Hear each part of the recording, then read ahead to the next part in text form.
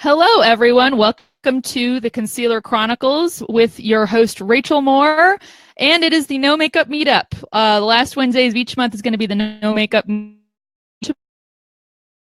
There is zero makeup going on here. I loved sharing with people that you're not going to wear makeup on screen.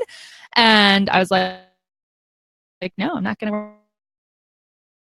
I just want to say that there's something incredibly freeing about not worrying about the makeup when you're doing a live stream and just be like, look, it's just the natural me. It's fine.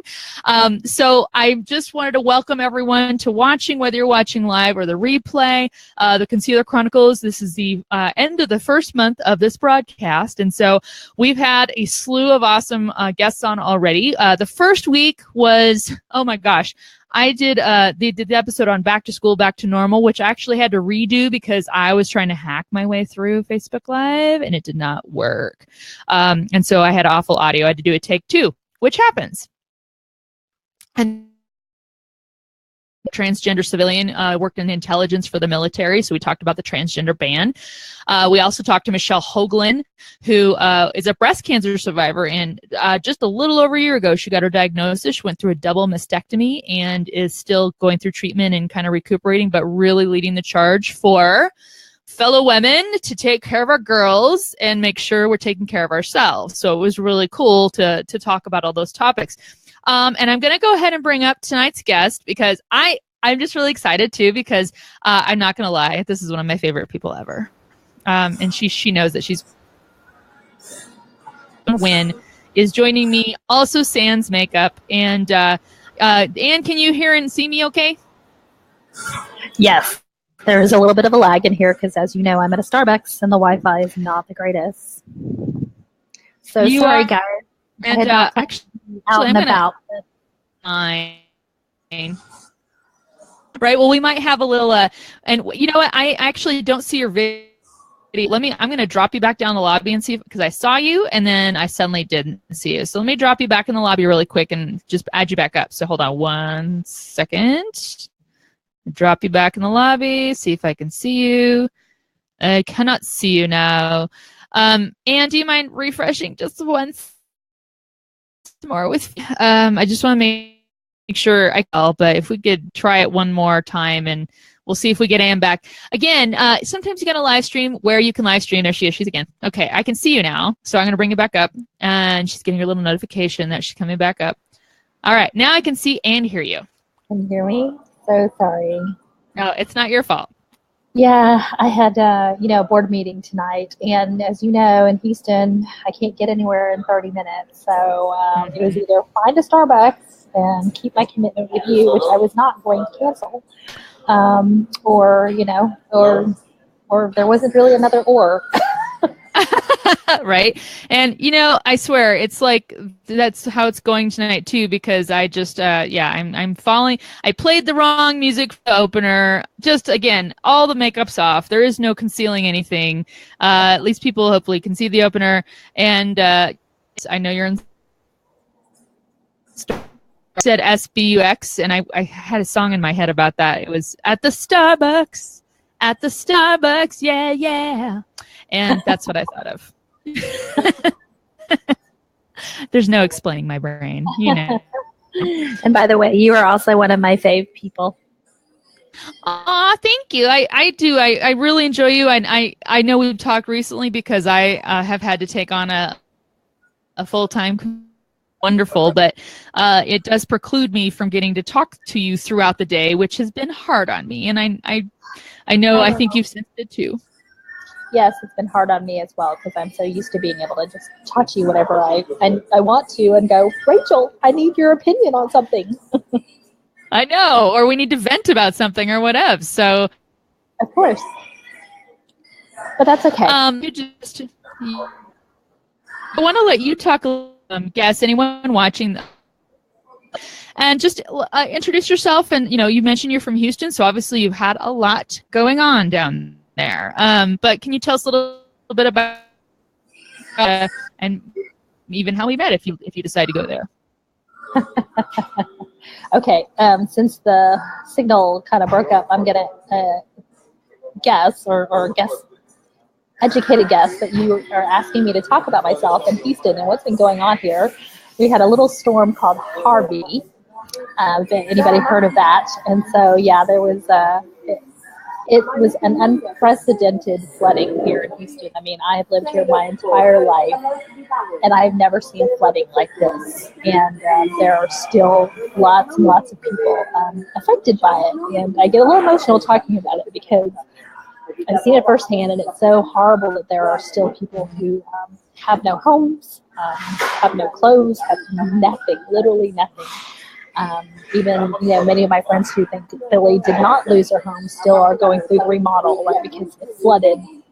There were whole entire neighborhoods that flooded, and people are in there, trying to remove sheetrock and mold and whatnot and rebuild their lives. So there's a lot of that still going on here in Houston a month after Harvey hit us.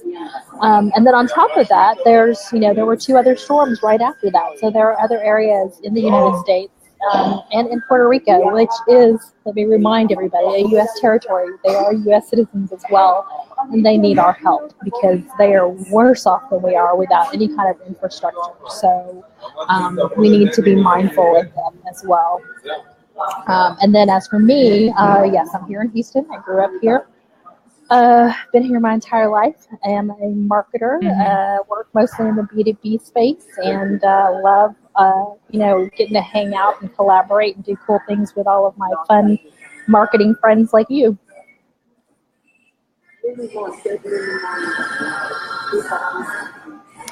Well, thank you. Yes, and we do have fun with some things together, and I know, again, just a disclaimer, I know you're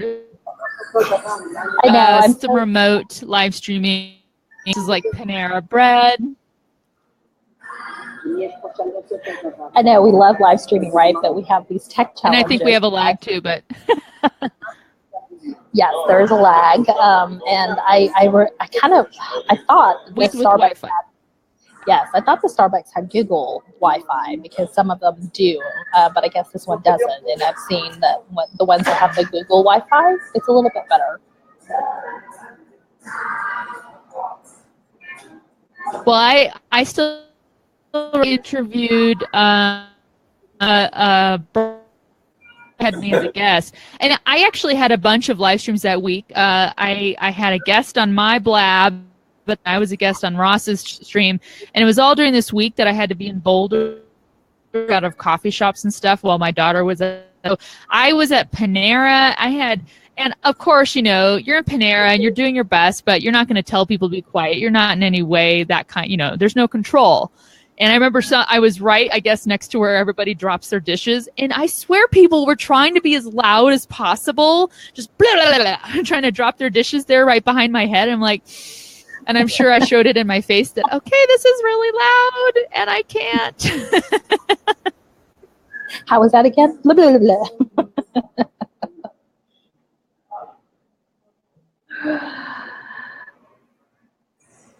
Oh, are we? I wish I know what's with the Wi-Fi. So I might give it a little longer too, and we might have to have you back. Yeah, we might have back on, and maybe even one with makeup because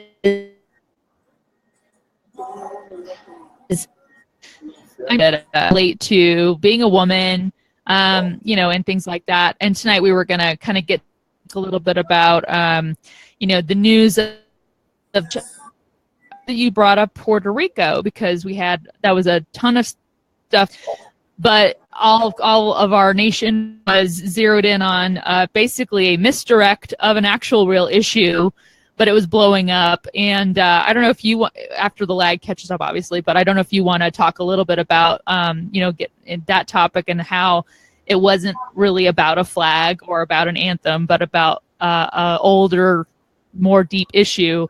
But even all that distracted from Puerto Rico, so it was pretty awful. Oh yeah, definitely. I know when you and I were talking about what we would bring up, I brought up, do you want to talk about hashtag take the knee, because it is such a controversial issue, and really I feel like you're right, it's a smokescreen to cover up, lack of helping in other areas, or lack of action, which it seems to be a lot of during this administration. But for me, I believe that was a peaceful protest. Mm-hmm. They were not being disrespectful. They are not being disrespectful because, I know you're a Christian and I grew up in the Christian faith. Mm-hmm. Being down on your knee is a subservient, actually, pose or posture, and really one of reverence and respect, and not a disrespect for anything. And they didn't trample on a flag. They didn't take a flag out there and trample on it. When Kaepernick started this was simply just his way to bring awareness for injustices. And,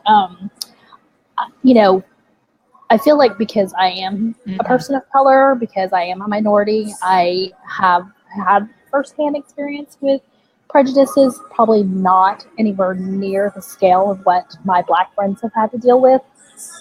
So I do understand some of that.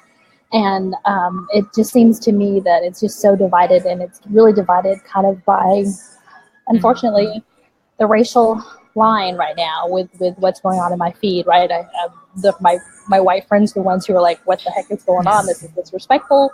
And then my friends of color are the ones who are like, there's injustices in the world that we need to bring awareness to. And so that's my take on it. And I really wish that we would just be able to have a conversation about it, a dialogue about it, instead of each side yelling at the other one. And I'm not saying, one side is better than the other. We each have our opinion, obviously, but there needs to be some kind of discourse and dialogue, and not constant just divisive protesting, screaming, violence.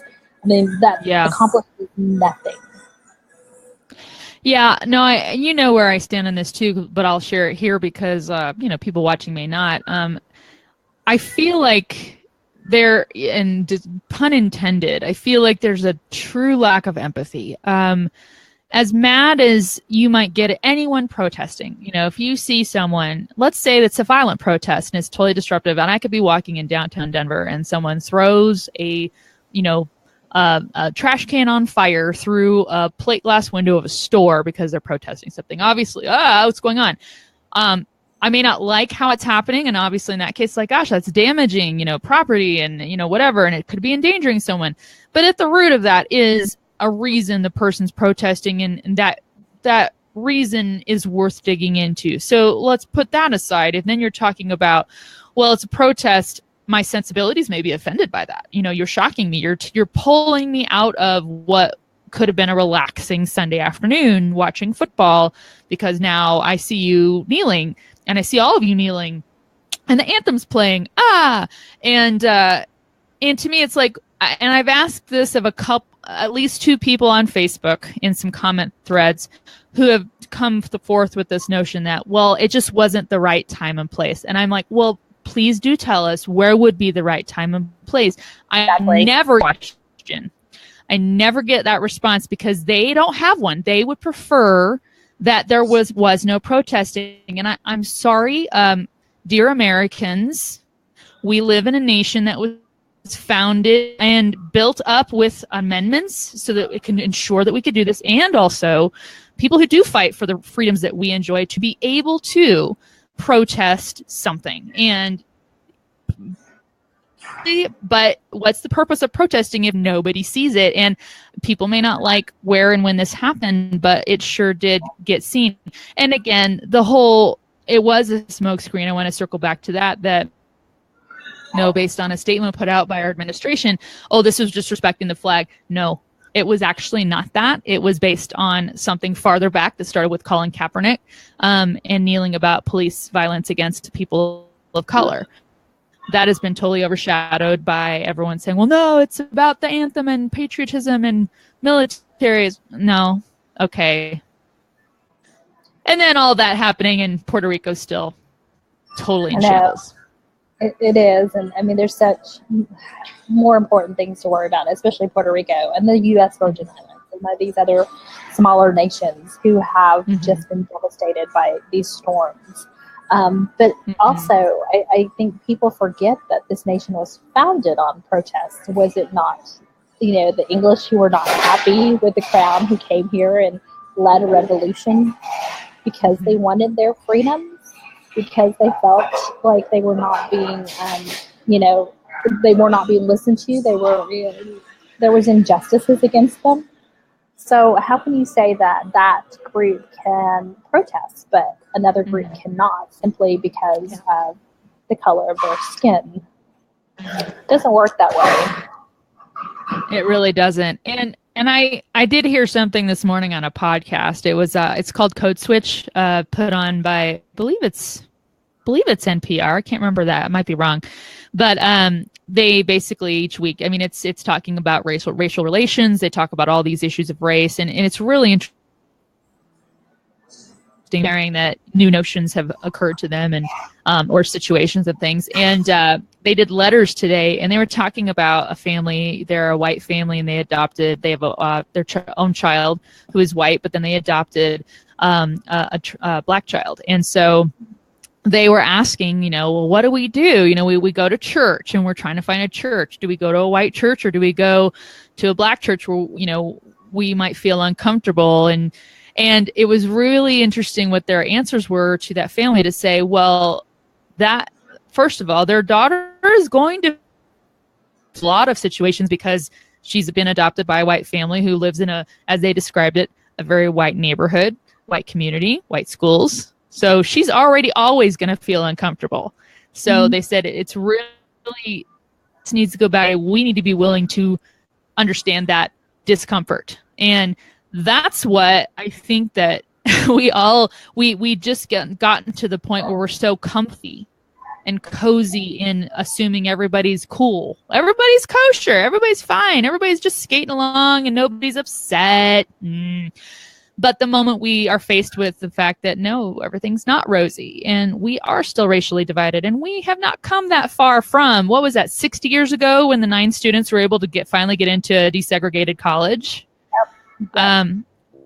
We're not that much farther, frankly, and people don't want to hear that. It makes them uncomfortable. But you know me, I'm all about getting uncomfortable. I like it. I'm like, but that's how we learn and grow, and let's go. Let's take the makeup off and get darn uncozy.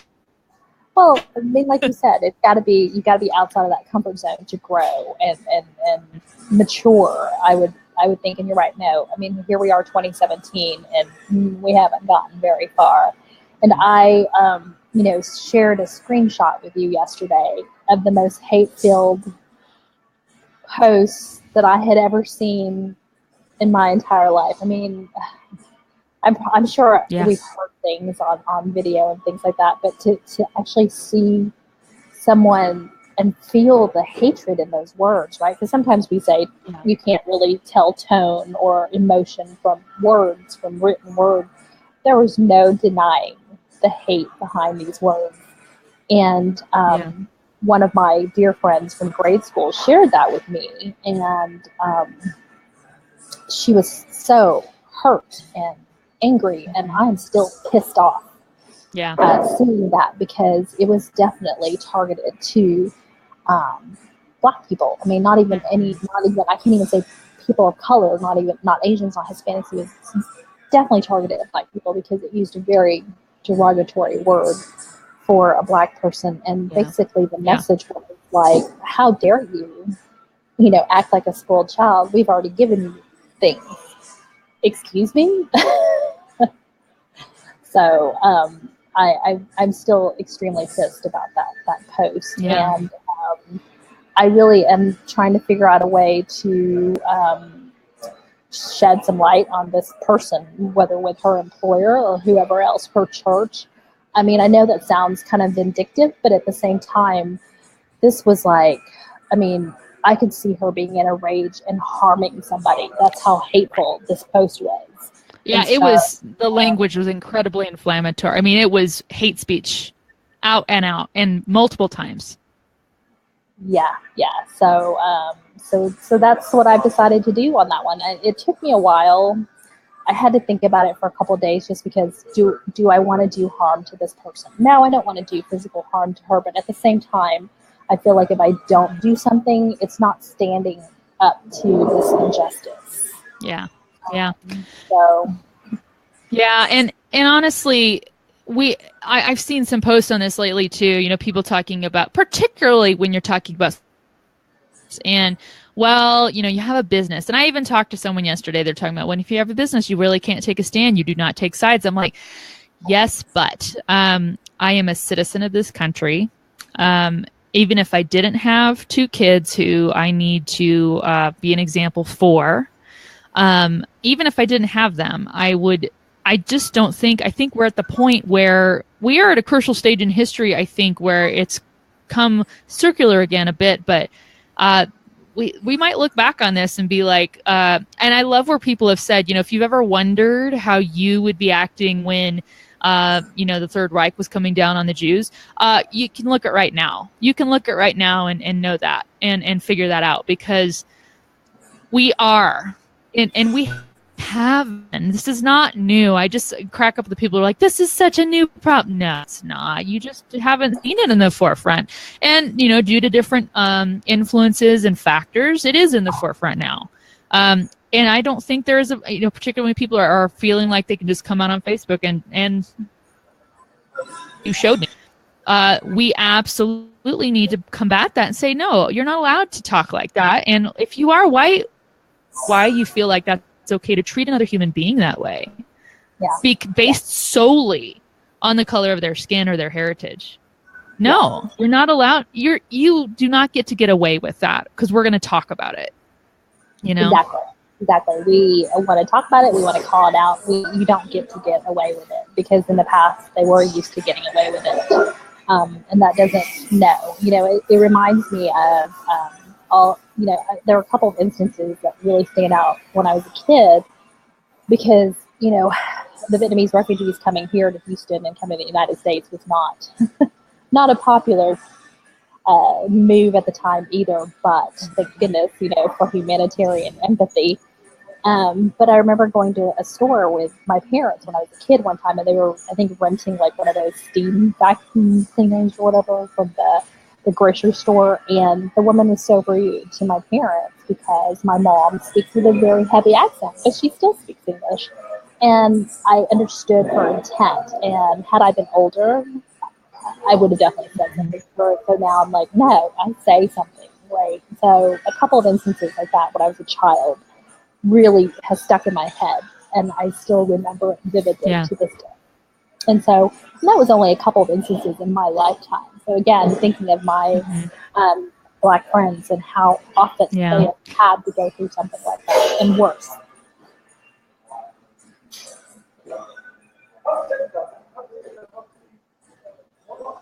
Yeah, exactly. And that again gets to that empathy. I'm a white woman. I have it better off than particular for women of minority, you know, that are minorities. But you know, and I still that caught in the midst of that, obviously still. But I do recognize, as a white woman, I do have more of an ability to be able to facilitate and participate in conversations that are tough. I want to say, for everyone who is still expecting and even demanding that your friends of color or people of color that you know, patience they've shown for decades, if not centuries, toward people who simply don't get why they can't get over it. And treated as less. And it's today too, because I, as a white woman, probably make more than a woman. And let's not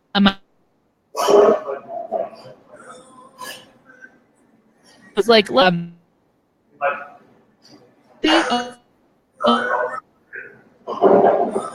players are black, and such an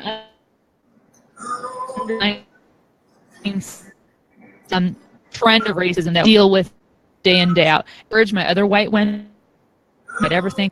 I'm not saying you should be like sad and ashamed that you're white. I'm not saying that. But I am saying we can step up and say, yeah, but I can probably come forth and be a little, you know, be able to talk to people who are spewing that crap and hate speech on Facebook or social, and say, hey, I know if I were a person of color, you'd probably be, throwing a brick at my head, but I'm not. And can we talk about why you are so angry and treating this person as less? I'm more in a state where I can do that without fear of major retribution, because minorities are more prone to be lashed back with some violence and stuff. So I just want to sit and stop crying the tears and step up and say, hey, what can I do? Yeah, I think there's a duty there for people to do so, to step up and talk against it, or at least begin to have that dialogue, like you said, to try to figure out why these people are so angry. And it's funny because there's this stereotype of Asians that we're the model citizen, right?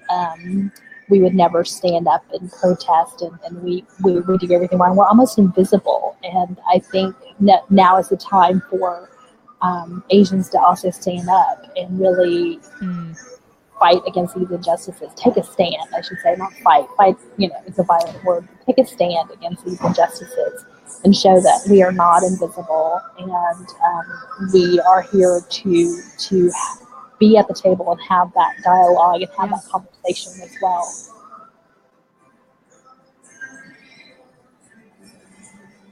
Mm-hmm. Yeah, and now particularly with, there's so much being discussed. Not even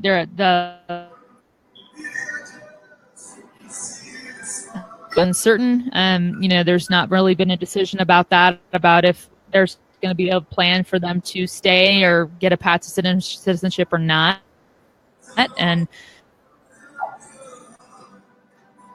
there, and so, and I know you and I talk about the stuff online and offline, and but it really is important to just be barefaced and come on here and talk about these real issues. They're hard. They're not. I'm sorry, they're not going to be easy, everybody.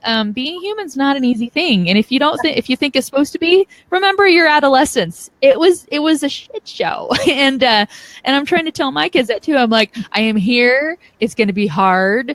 You're going to be able to get through it. We're going to do this together.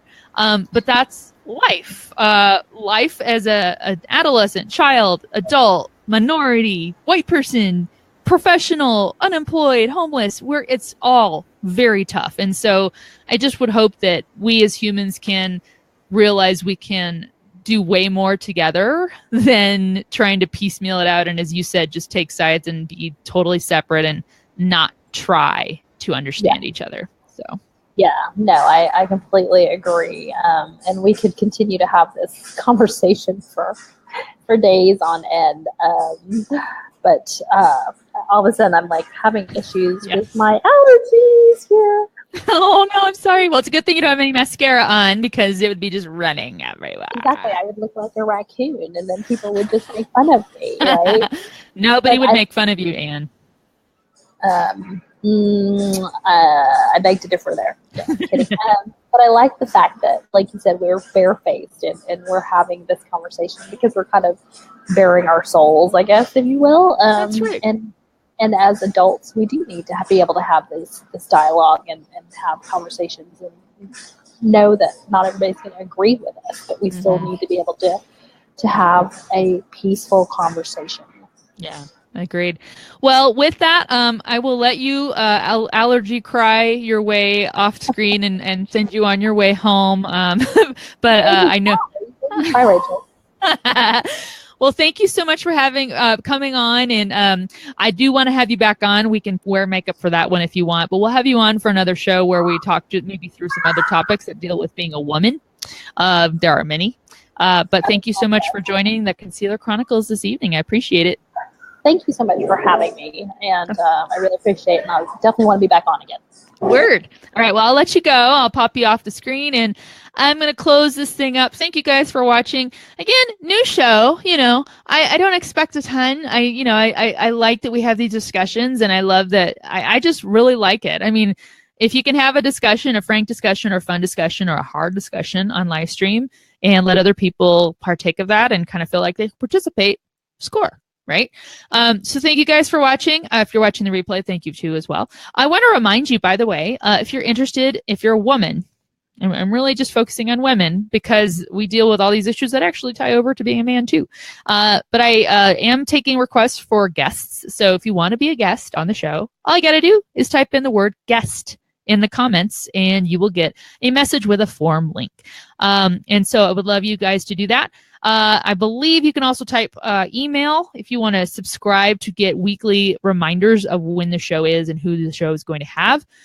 You can type in email in the comments and you will also get a link saying, hey, here's the way to subscribe to the emails you get every week. But thank you guys for watching. Share the show. I'll just remind you that, again, this is why I love live streaming, because you can share it right now and it's totally cool. Thank you, Anne. I so appreciate you being on too. And also Crystal for watching. I appreciate Anne. Crystal has put in that she wants to be a guest. Vivek, hello, and agreed with what you said. But yeah, share the show if you don't mind. I really appreciate it because that's the beauty of live streaming. You can still watch it. I love that on Facebook you can replay it and it's like you see the comments come up as if it was real time. So it's totally cool. And also tag a friend if you, particularly with what we talked about tonight, but if you just know somebody else who hates makeup and they're like, sweet, I just saw someone on live stream without makeup. Awesome. Tag them and bring them into the discussion, and then we can, talk about that, and we can invite them to more shows in the future. Next week, I will have Joanne Crawl on the show. She is an entrepreneur and an organizer.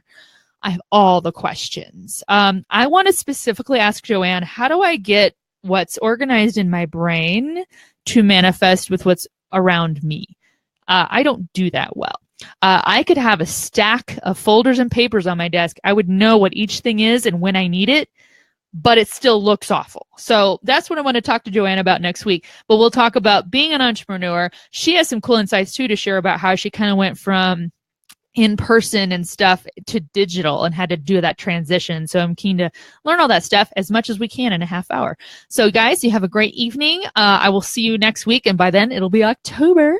Officially fall, and I hope you have a lovely week, and make sure you share and tag, and see you next week on another episode of the Concealer Chronicles. Have a nice one.